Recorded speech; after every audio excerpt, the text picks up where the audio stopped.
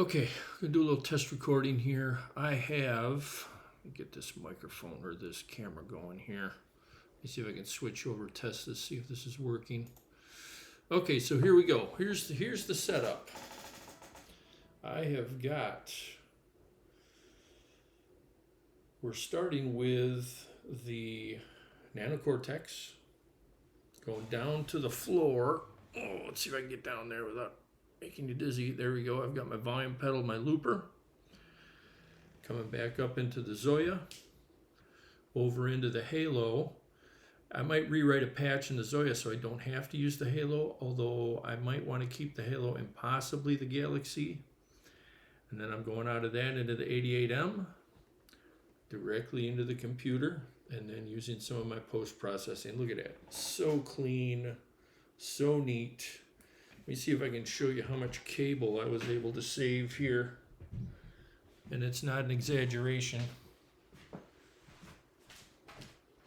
literally saved all of this cable here.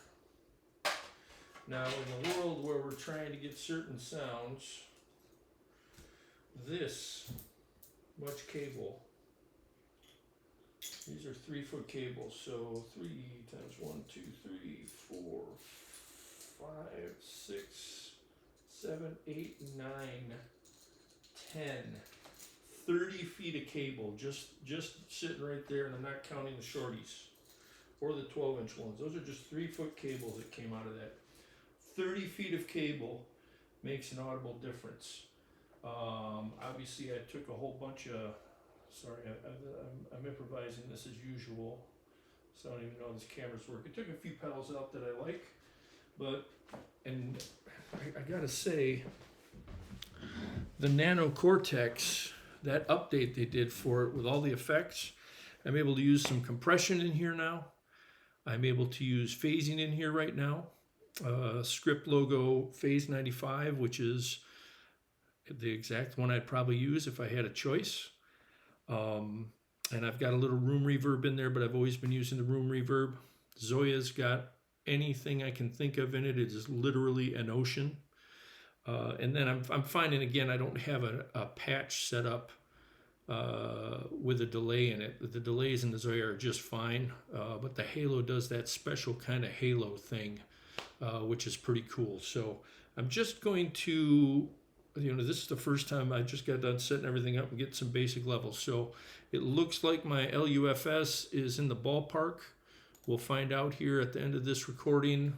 If I'm posting this online, you'll know the recording went well. So if you're watching this, oh, I'm loving how clean and neat this setup is. And again, I was able to reduce the cabling used by 30 feet, let alone the power. By the way, there's my DC7, sits there very nicely. And there's my Ghetto NS10s, which are HS5s. But in any case, let's put this camera down and give a little jam a shot here.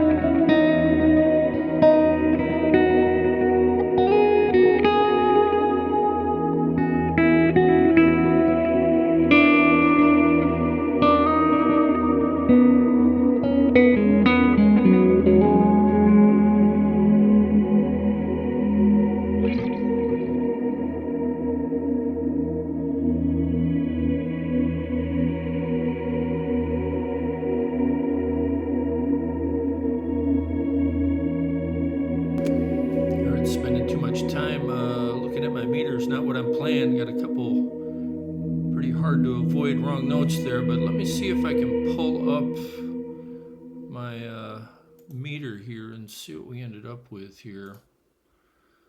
Oops, that's not what I want. Sorry, this is again a little bit of that test of using OBS. There we go, that's what I want. Okay, so looking at this, again, the integrated target here is 14. 15.9's a couple dB low, but that's doable. And then, so anything, when we're talking YouTube, anything hotter than -14 will supposedly get compressed by YouTube. Anything hotter than -1 on the true peak will get limited. So the idea is you want to kind of come in the ballpark between those two. So what I'm going to have to do is get into my limiter, and what I'll do is I think I've only got 3 dB of reduction going on when it crosses the threshold. If I take that to maybe 5 dB, that won't affect the true peak here, but it will affect the LUFS. So I think that'll be the way to go. But let's listen back to this and see how it sounds. I'm pretty excited with this setup because it's so clean. 30 feet of cable, whole pile of pedals I could sell off.